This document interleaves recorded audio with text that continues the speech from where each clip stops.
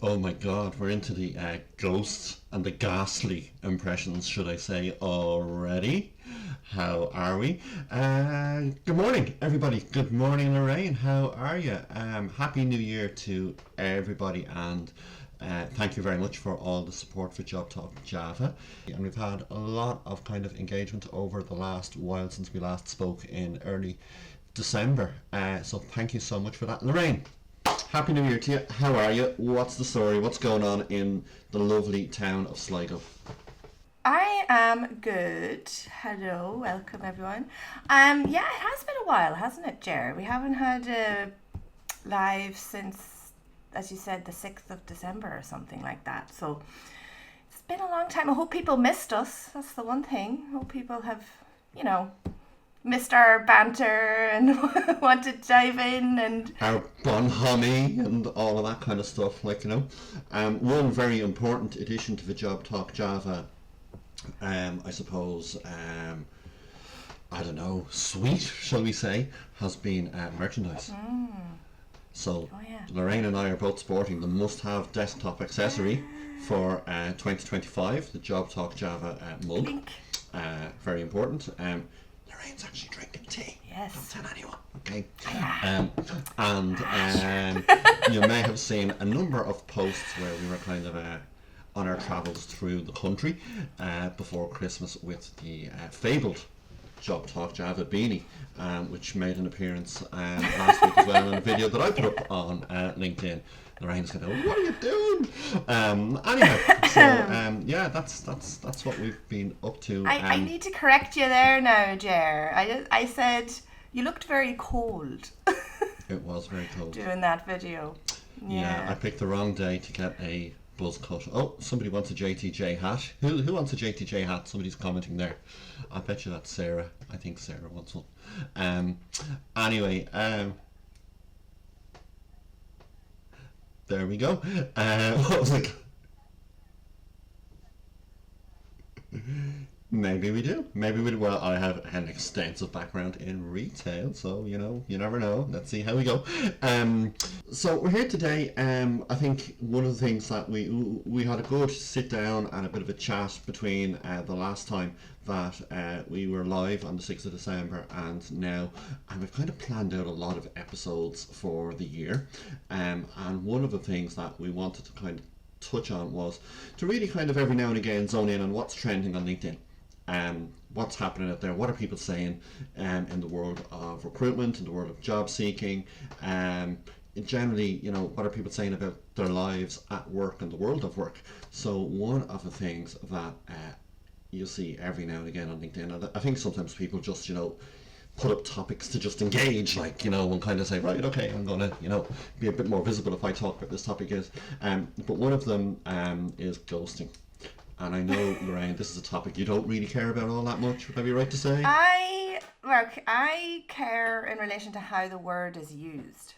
I mean, it's something that grinds my gears a little bit because if people aren't familiar with the term ghosting, it's used in, or it was found in dating apps, from dating apps, and I don't know how many people have used the dating app before. It is, it's not, I hate them, or I don't like them, but I did get that before when I took too long to reply to someone. I got a little emoji of a ghost and it annoyed me because I was like, I am super busy. I can't always be looking at my phone and replying to things and stuff like that, because people have lives, or people just, maybe they don't need the app anymore, that type of thing, whatever it might be. But in the world of recruitment, I don't know if it's just used as a buzzword just to get noticed, or if people are genuinely annoyed about being ghosted. But I don't think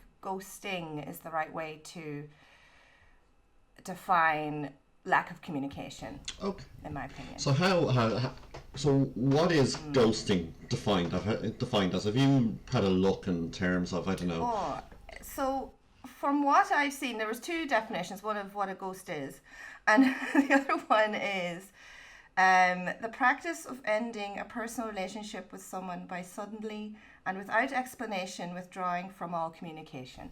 Okay. That's what a quick Google search he gave me. And I think it's a matter of when people feel they're being ghosted more so than it is happening, because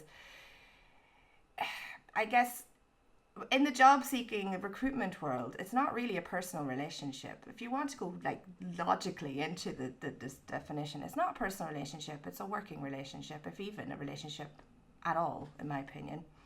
But I'm not saying that people feeling ignored is not valid. I'm saying the term ghosting should be used. It shouldn't be used. I don't know. I just think it shouldn't be used in. I don't know. I'd like to hear what you think. Would you think it's a little bit of a...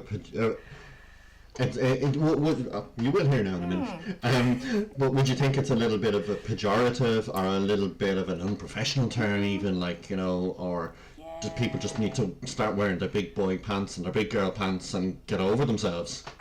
Again, I think it depends on where people are in the recruitment process. Do you know what I mean? Like if they're, because there's different stages like to everything, right?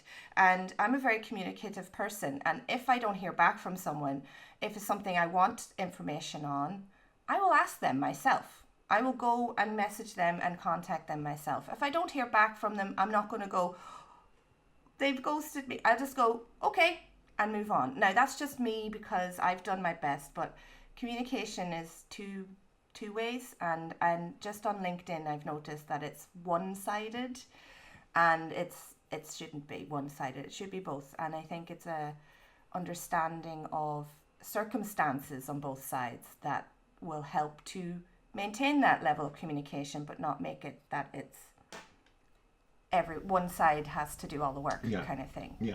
Like a relationship, two people need to make it work. Yeah. You know what I mean? Yeah, I think what I would say is just on a very, very top line level, and I kind of I would tend to, I know that we do actually have some differences here on this topic, okay, but I think we'll end up around about the same place in about half an hour, 40 minutes or so, like, you know, but eventually,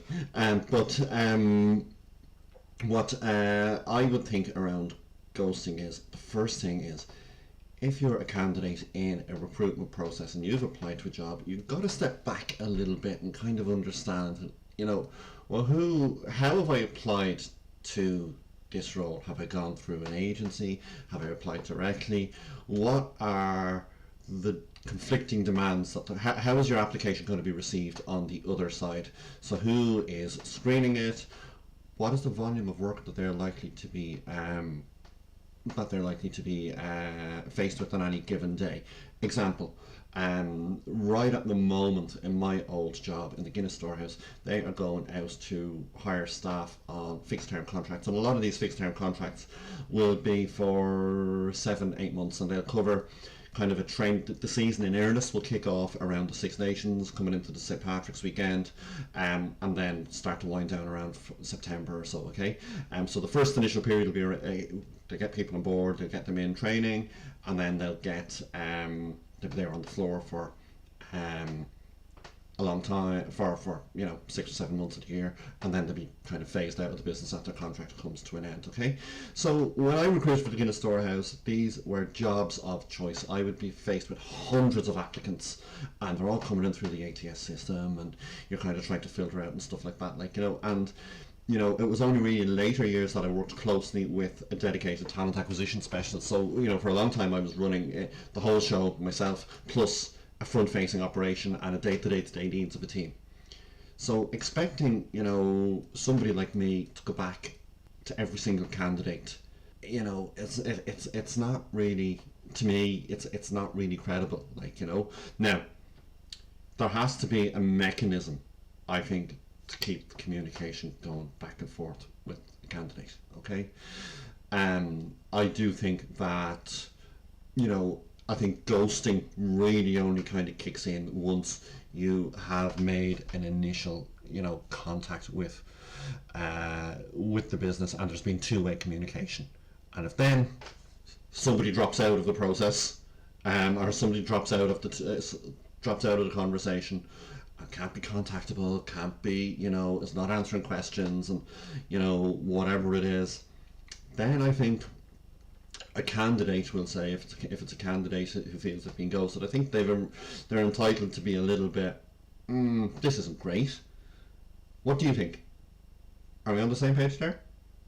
No, I agree with that. Like, I mean, I always find that if you go to an interview, for example, that's when you more or less meet the company and the people that you're going to work with, or the representatives. And I think that, at that stage, it doesn't take much to, if you have a lot of workload, it can be difficult to filter everyone out and send individual feedback, especially if you're interviewing a lot of people over a course of time. Do you know what I mean?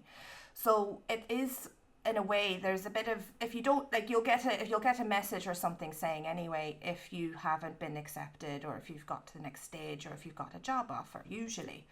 And on the other side, though, as well, I was always told, and it's sort of a rule of thumb that I kind of take if I'm ever applying for anything. If I apply for something that is a specific job, I'm not talking about public jobs or anything in Ireland where you're put in a panel and all of that, but it's more about those specific jobs, and you go to the interview and you don't hear back from them for about 2 weeks. Then you have two options. Either you go, okay, they're either still going through the process and are, gauging who's in, or you just didn't get the job. You can just go, I didn't get the job because it's 2 weeks have passed. And at that stage, you can always go, hey, now this is me as a candidate. There's a bit of onus as well to check in, because either they are still interviewing people and are assessing all the notes and all the feedback, or you will be told then whether or not you're successful. And no, it's not ideal, but it means that you're also checking in, because there could be benefits to that. If they are still in the process, now you've brought your name up forward again. And there is certain things, and I understand as well that some people may not think that that should be their thing, that they have to do, but kind of, maybe it's the generation thing, I don't know, but that's something that I would always do, and I just brush it off and move on. Yeah, I think it's important, I suppose, that when you get to the stage of an actual interview, that you are establishing as an interviewer, as an interviewee, well, actually, what's the timeline on the next steps? What are we going to hear and when? In a rough timeline, and if that has been broken or whatever else, I wouldn't be kind of saying, oh, okay, it's Friday at 11:15, they haven't called me yet. I'd give it another day or two after that. Again, stuff comes up, I suppose one of the things that, it is a topic that we've spoken about for a little while amongst ourselves, and so I've been keeping an eye on different posts and stuff like that on LinkedIn, because, we are linking this episode back to trends on LinkedIn. So let me see. I'm going to read out a post, or some of a post, from a guy called Rich Howell. I will copy that post later on to our Job Talk Java page. Before you start, if there are people watching, comment on what you think as well, because I know what he's going to say. So just comment on what you think as well. All right? Okay, did I tag you on this post? I think I probably did, okay? So, right, this guy, okay? Now, Rich, I can only take Rich at face value, okay? 94 applications came in on Monday, 50 minutes 6 seconds to respond to them on Tuesday. 72 were straight rejects, with an explanation that they were out of the industry and so far removed from the disciplines that he was looking for that it was just straight away. So they would have gotten, I presume, a standard message to say, look, really sorry, you're not what we're looking for. Now, this is where we spoke about AI, I think, in the second or third episode, and this is probably where AI can kind of help out in recruitment as well, okay? So yeah, he's a standard template. 12 applications had more detailed feedback. They were in the correct industry, but due to the skill set of the brief that they were looking for, they weren't quite right, and they were respectively advised of the reasons. 10 applications were suitable, and they moved forward with an intro call, okay? So then when he sees paragraphs at the bottom of a job ad saying, if you're not contacted within 3 to 5 working days, you've not been successful with your application, he doesn't agree with that. So what do you think? Would you agree that, that kind of, if you haven't heard anything, is that ghosting, or is that acceptable? Well, I think I think that, honestly, I think that's fine. Because I don't think the 3 to 5 business days is long enough, though. I think if you're going to say, if you don't hear back because you don't know how many people are going to apply, and I understand, yes, the AI has probably helped with filtering some of that stuff and automatically sending emails to people who weren't hitting their criteria. But those who you are actually properly then looking at, then you should send them, again, that similar message. It shouldn't be, oh, you got through this, you don't hear back about the next stage or whatever it is. And no, I honestly think it is fine though to disclose if in the process, because you're highlighting the process, you're being transparent. And it's, again, that no different of the 2 weeks thing. I think 2 weeks is more than enough time after you send an application to know if you've got an interview or not. So then you can ask them at that time, because again, they could still be in that process of filtering the candidates and interviewing at a later stage. Do you know what I mean? So you don't know that. So that transparency is good, which then prevents that whole misunderstanding and miscommunication. And I'm going to say communication because that is what it is. It's miscommunication. And the more transparent people are with their communication approaches, I feel the less irritated people will be if they don't hear back, or a follow-up thing. But I don't think that I don't think it's feasible to 3 to 5 business days. I don't think that's feasible at all. I think that's too short. I think okay, I'm going to agree with you on the 3 to 5 business days. I think that's a little bit, too tight. Okay, and again, stuff happens in work and stuff like that.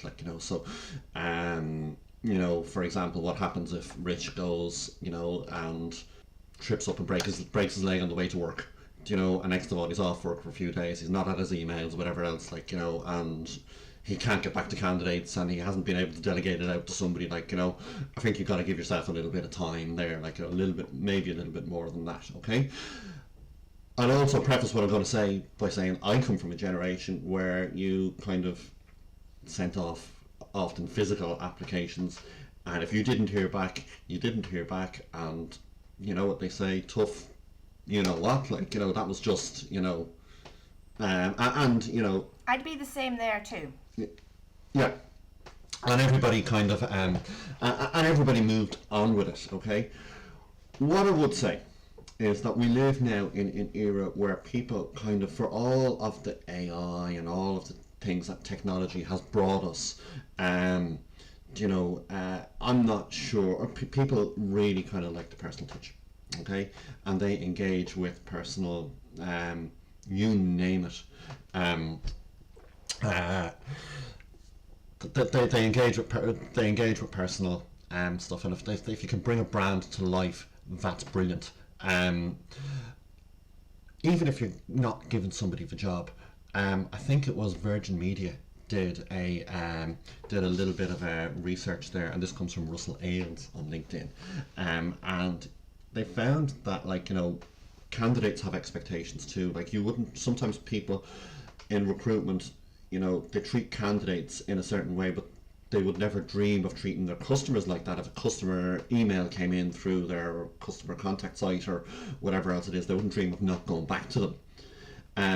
And Virgin Media apparently did a study, and they realised that they had lost, through poor candidate experience, maybe £4 or £5 million 1 year, through cancelled subscriptions and so on and so forth, because people just came away from the process just, no, I don't like that. So they put a lot more into the candidate process, including improving the communication along the way. And the following year, they found that I think they had an increase of something like £5 million. So they there was a £10 million swing there, so really kind of, I think that, it does your brand good in some way, shape or form, if you can just find some way to go back to people and say, look, it's not happening for you today. But I don't know, what do you think? Yeah, no, I agree, and it's true, it is true, it does help to build that brand as a place they would like to work. If they're treating me like this and I'm coming in to work with them, then they're probably treating their clients and team members like this too. The expectation thing is good, in that it depends on, again, I've seen posts where it isn't hard to send a message saying, like, everything's automated now, so there's no real reason why you can't have it automatically filtered, where if you're not successful, that type of thing. But then, and that's fine, but then I think I'm just seeing posts in certain places and I can't remember who they are, but it's okay, I will find them out.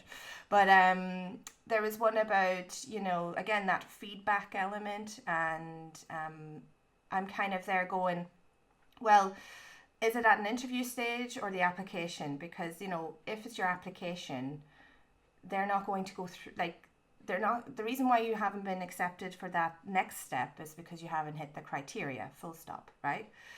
It's very hard for everyone to go through every application to then feedback on your application to then tell you where you need to improve it for the next one, potentially going with the competitor or something like that. That's also not really in their job description to do. That there's other people who can help you with that. For example, us as CV writers or as career guidance people or whoever it might be. But just on that expectation element, like, if you want that feedback, you can ask for it, but don't expect it all the time, because it depends on how big a company is. And again, it depends on how big that department is. It could just be one person dealing with 50 plus potentially candidates, and they're being snowed under, and it's very hard to navigate that. So there is expectations on both sides, expectations of candidates, for being treated with respect, which is, I'm with that, respect the time they're taking and all of that. But on the other side, it should be, respect the fact that, you send your application in on time, or that all the information is there, because if it's not there, you may not get selected for the next job, and that's not something that they can control. That's something you can control. So just be mindful of the expectation side of things as well. No, I'm going to show another comment there. I think it relates back to the 3 to 5 days thing and the discussion we were having a couple of minutes ago. So it's not ghosting, but it's lazy recruiting. At a minimum, a standard rejection email should be sent. A TA needs time to thoroughly vet, and not everyone is going to hit all of the skills. It's all about communication and remembering that as a representative, which an external service provider like a recruiter generally is, the employer brand and image should be positive. So I think that you're kind of, I don't know, I think that sounds like Team Ger there, Lorraine. I was never not on your side. I think it's good to have a different perspective on things. But you've mentioned that, that's just the other thing. You mentioned TAs and recruiters and hiring managers, and that is actually going to be what we'll touch on our next episode as to the differences, because just quickly, people are lumping everybody as recruiters and putting it on recruiters, and I understand in different countries the recruiter's job is different, but in Ireland a recruiter is just a middleman. That's really what a recruiter is, and so they have no control over whether or not they are there to help you to find jobs that suit your profile. So I'm not going to get into it, but I'm just saying that we will touch on that because the TA and there's similarities. But I think that if people are going to get annoyed at ghosting, that it shouldn't be now, unless the recruiter has ignored emails or something about an upcoming job or something, that's different. But if it is about the process, I think people need to understand that it's not always the recruiter who is at fault. Yeah. What I'm kind of interested in is kind of at what point, right? So ghosting is a big buzzword on LinkedIn and stuff like that, and we have the other one, and the whole thing around the poll that we put up this week around a bad boss and all of that kind of thing. We might touch on that again, and thanks for all the engagement on that one as well, by the way. That sometimes you see things that and I said at the start, you put these up on LinkedIn and next of all something's going to explode, and people will chime in and stuff like that. At what point do we turn around and say, okay, I've had this experience and I'm going to go onto LinkedIn and complain about it, give out murder about it? Yeah. I don't know. Again, I don't know if it's just who does that serve? like, unless you're going to call out the Yeah. people, I it's not gonna, it's I'm, just I'm going to hit on algorithms. yeah. I am not going to name the person, okay, because in fairness, the person didn't want to turn the whole thing into a debate, right? And this came up before Christmas, and I'm going to throw another post at you, okay? If anybody who is live or on the recording really wants to see the actual post, maybe just pop me a DM and I can point you in the right direction, okay? So this morning I had an interview cancelled, no message, no explanation, just this meeting has been cancelled, and shock horror, when I contacted a recruiter, ghosted, big capital letters and a ghost emoji and stuff like that. When is this going to stop? My time and effort is just important. How would you like to be treated? And remember, karma is a bitch. Okay, and it kind of went on, right? Now, I might be wrong, okay? But I think this post actually went up by 11 o'clock in the morning, like, you know. So if this happened on the day, the interview was obviously much earlier in the day, and I kind of went on and went, hold on a second here, you know, stop, right? Because I kind of said, right, okay, something might have happened, okay, in that chain. And this is where I'm kind of saying to people, think about the chain of events that's kind of what's lying behind what you see. It's kind of like the whole iceberg effect, so where you only see a third of the iceberg, but 2/3 of it is underneath, okay? So we'll assume like who's who in the process. You might have a recruiter who placed the person in front of the hiring company or the hiring manager for an interview, we'll say at 9 or 9:30 that morning, okay? That recruiter might be on the school run, they might be on a day off, they might be sick, they might be whatever. Somehow a message has gotten through to the candidate that actually the interview is not happening, okay? On the other thing that could have happened there is that on the hiring company side, something has gone wrong with, again, that morning, the electricity's gone off, there's, you know, whatever, you know, the person, you know, got stuck in traffic. And the very minimum, now I'm not saying that, like, you know, the communication could have been better. Yes, your interview is cancelled, you're going to want to know why. You've put time and investment, you might have taken a day or a half day's annual leave from your job, and you've studied up, and you've, you know, but to go on LinkedIn within an hour or two and say you've been ghosted and this big, you know, so my response to that was basically, you don't know what's after happening here. How can you actually say, and I asked them just how are you sure this is being ghosted? Now I got a lot of people kind of jumping on and kind of saying, sure, it's, you know it takes 2 minutes to dash off an email and stuff like that. And I kind of put that post up with a little bit of a wink in my eye as well, kind of going, right, what's going to happen here? Ger is stirring again. Anybody that follows me on LinkedIn, you might see that occasionally like to stir the doo-doo a little bit. But actually, do you know what? And in fairness, the person came back later in the day, and I think they probably calmed down a little bit. And you know what? I completely support the person who put it up, because that's however it came about, it's a crappy experience for them to have, right? But my issue is jumping onto LinkedIn, you know. And they said, do you know what? Maybe I was a little bit ghosted, was probably a little bit strong. The person was actually in talent acquisition themselves, though, and I was like, you know this. I know, and like this is the thing, right? This is where I'm like, ghosting is definitely a buzzword on LinkedIn, and they wanted to get attention to what's happened. But the fact that you were notified is actually, and in time as well, it seems like they were notified in enough time. Yes, it's not great, but that doesn't mean your interview is cancelled. It means it could be rescheduled if you want it to be.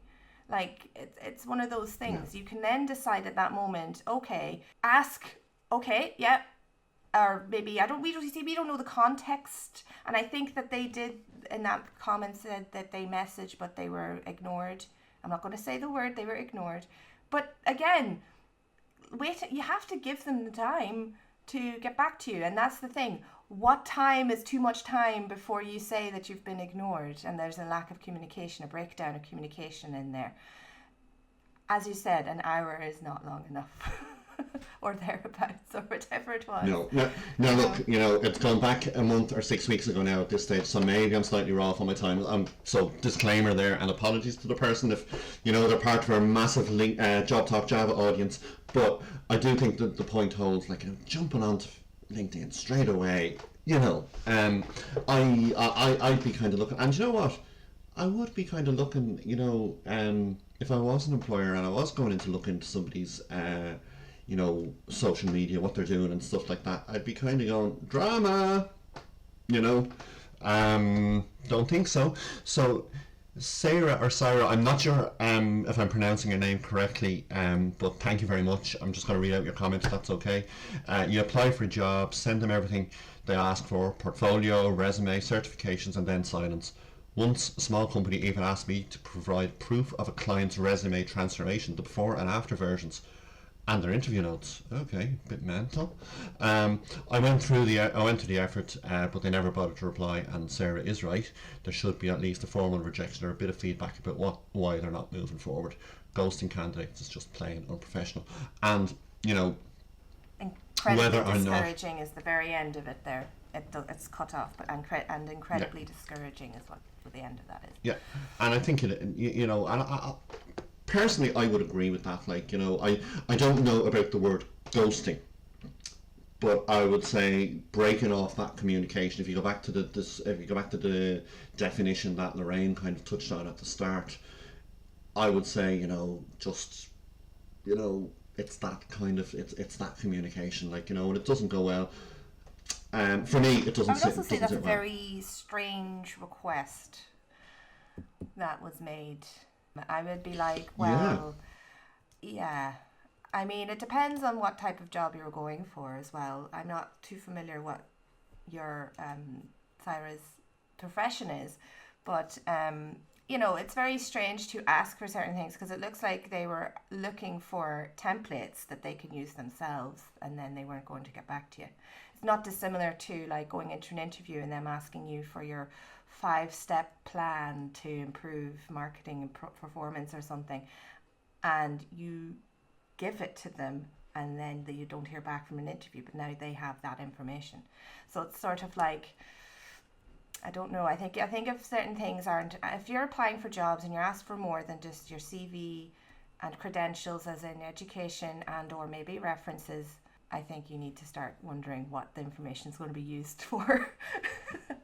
That's my separate to ghosting. But I mean, I'm not saying that was in any way a nice experience, because that isn't very nice. And everyone's been ignored, sure.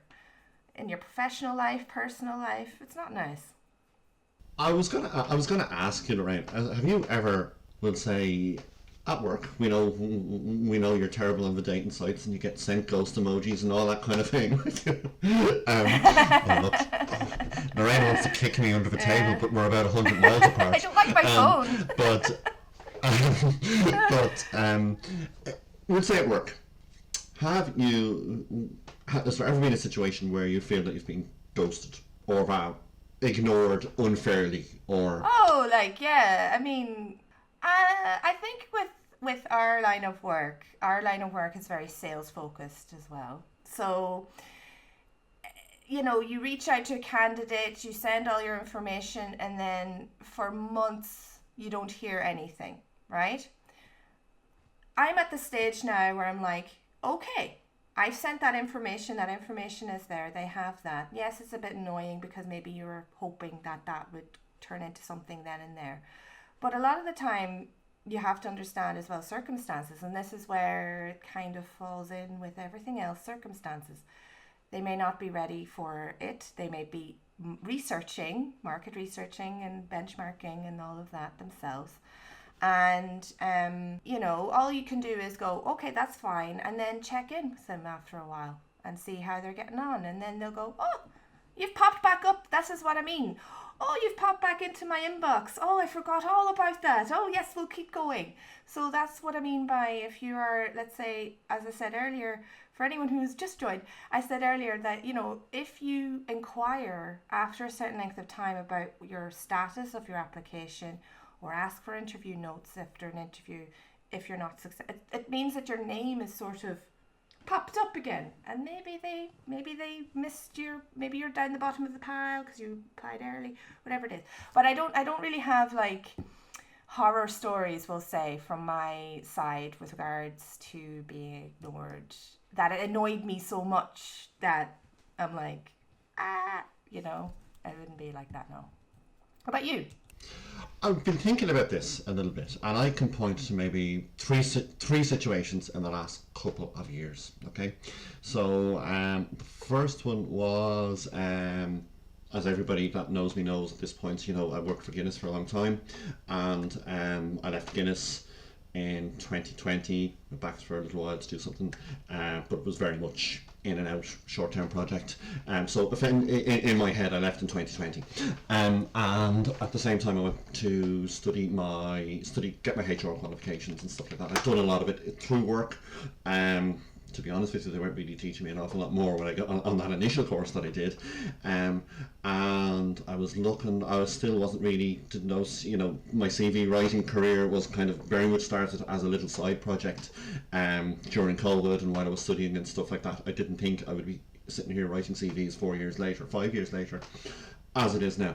And so I was engaged with recruiters, and I suppose I fell into a bit of an awkward category because I was into my 40s at that point, and I had a lot of HR experience and a lot of kind of, you know, had reached a certain level of seniority as a manager in a big business and stuff like that, whereas I kind of changed my focus in my career, and they were kind of like, well, I can't really send you in for an entry level kind of role and stuff like that.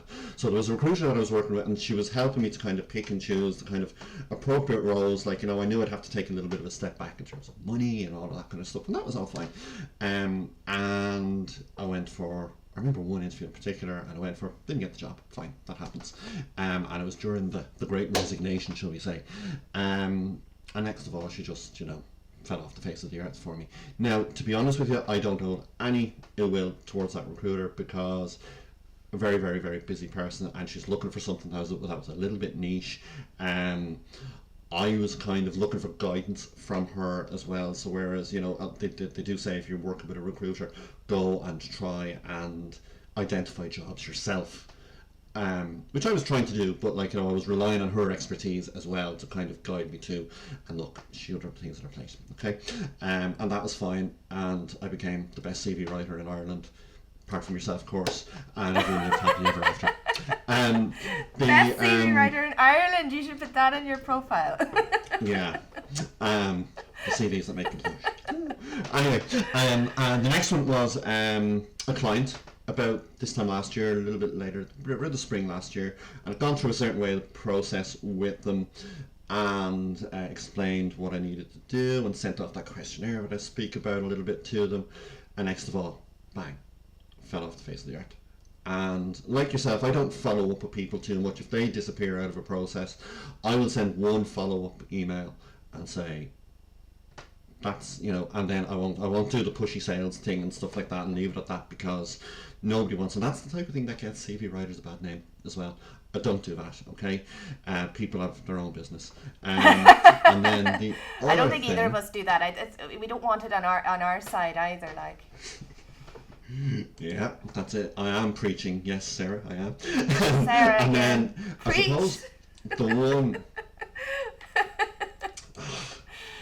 one that I suppose it kind of sticks with me a little bit, and kind of,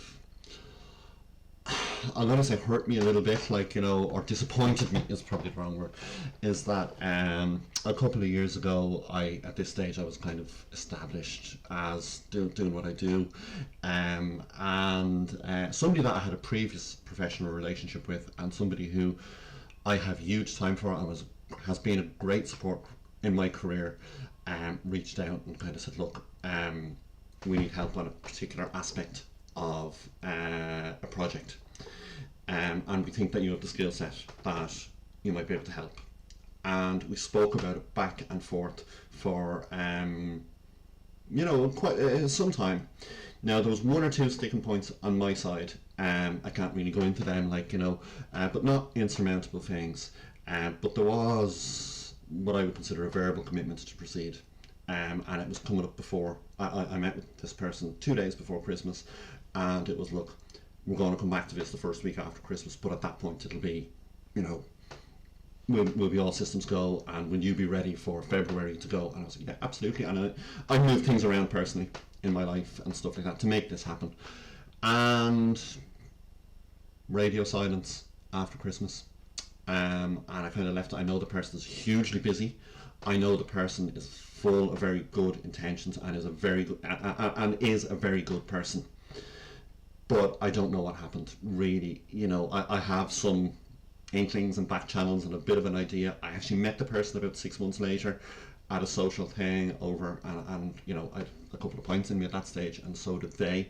And they did kind of, and I said, look, you know, and they did come and say, oh, Ger, you know, and I just said, look, I don't want to talk about this over in this setting.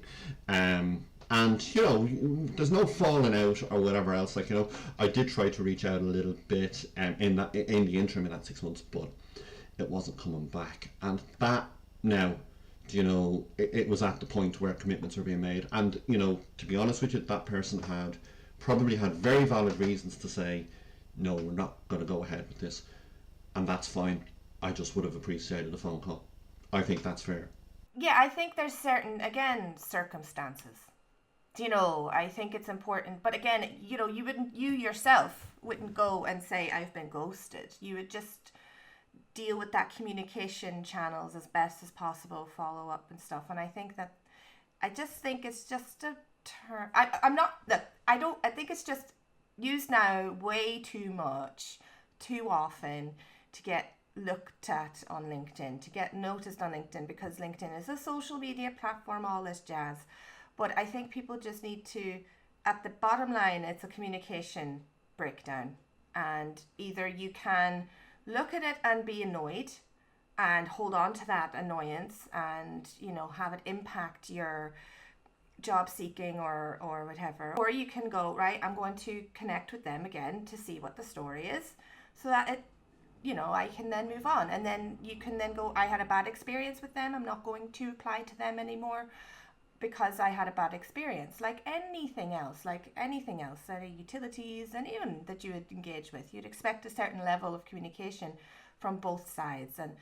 And again, circumstances. But this is just one thing. I know that it's also very demoralizing to apply and then not get anywhere, even sometimes getting those emails that say your application's not going forward. You know, it can be very demoralizing and very much leaving someone in limbo. And I think it's just a matter of applying to jobs is time consuming, energy draining, but I think it's a matter of, as I said, you can control how you dictate those circumstances. And I feel that if you acknowledge that, I'm not saying it's okay. I'm saying if you acknowledge that it happens, then you can actually overcome that by having your own action plans if it happened to you. You know, you haven't heard back, right, I'm going to connect with them. Like a week to 2 weeks is fine. I always say this to people. If you haven't heard anything about your application, check in. Because again, you don't know how many applications they may have, but it means that now your name is at the front, or it's in their head then, and they may then say, oh yes, this person, yeah, they're fine, yeah, let's send them that, whatever. Or you can just acknowledge that it's not meant to be and just keep going. It's very difficult, I know. I'm not saying you have to do these things, but it's a mindset change. Instead of then jumping onto LinkedIn, in my opinion, and I don't think that is good, because if you are then sharing stories like that, companies do check your LinkedIn profile. Just be mindful of that. So, you know, I'm not saying you name, that's why they don't name and shame, I know, but if they do see you harping on about something that, you know. Yeah, but if that's the behavior that you're kind of likely to engage in, well, you know, where does that, like, you know, look, you know, everybody is entitled to have free speech, and that's what the internet is all about, and all of this kind of jazz, like, you know, and look, you know, and you see people kind of coming on to, do you know what, there's content on LinkedIn that's an awful lot worse. Don't get me started about That's for people another with the time, HS Ger. going That's for 9 to 5 another and all time. that kind of stuff. Like that stuff now. We will be revisiting all of that, by the way. That's again Job Talk Java after dark. but like, you do kind of look and kind of say, oh, do you know what, is that the best idea? Like, and I think there is a little bit of I think, when you're sitting down, you're going on a job search, I think that you've got to kind of nearly, as you say, mentally kind of steel yourself to go, well, this can go any number of ways, and a lot of these things can happen along the process. Do you think generally that a company or a talent acquisition person or whatever else is making a conscious decision to ignore or ghost you? I don't think so. I think it's circumstances, it's in the detail, and it might just be that it's not a conscious decision. It's not good enough if it happens. For me, I think there should be some kind of communication at every stage, and that could be, it can be automated. Oh yes, exactly. The deeper in you go, the more personal stages, it should be. You can have those, you can literally set those people who do not hit their criteria an automated message. Even if you don't have those systems, you can have an email script that you literally just BCC everyone in. Like, I don't know, that's how I would do it, and be like, you can also edit it and be like, hi, whatever, but you can just quick, I know that's a lot more extra admin, but it doesn't take 2 seconds to send those type of acknowledgements. What price integrity and goodwill? Yeah, and I posted something, I did post something about, because it does, again, fall into this whole thing of, again, that demoralizing state if you don't hear back from anyone about something that you've done. Rejection, right? People think that then they're rejected, and I don't think that word is such a strong word. And this is, again, that mindset, because it's not that people are saying that when they're sending those messages. They're saying, I'm sorry, thank you for your application, but there's always these little extra things. But in people's mind, they're like, oh, I've got a rejection letter again, I got a rejection email, I got rejection. When you start thinking like that, then you're like, okay, and it does then make it a negative process for you, and a very, very, you find it difficult then to do, because it is a full-time job if you're job seeking, you know what I mean? But it's important to, because I did post something about it, and at the end I had that Irish proverb at it, and whether people believe it or not, it's a good mindset to have, in that, like, if it doesn't work out today, that doesn't mean there isn't something down the road for you tomorrow. Do you know what I mean? Or the next day. I mean, you just have to keep plugging along, and then if you are constantly, then reflect on yourself. Okay, what do I need help? Do I need to, maybe be more proactive with certain things, like changing something on my CV, or the types of jobs I'm applying to. Am I actually qualified, or am I potentially hitting more than half of the criteria they're looking for? So then you can refocus yourself. So I think it's not rejection, it's more an opportunity to reflect.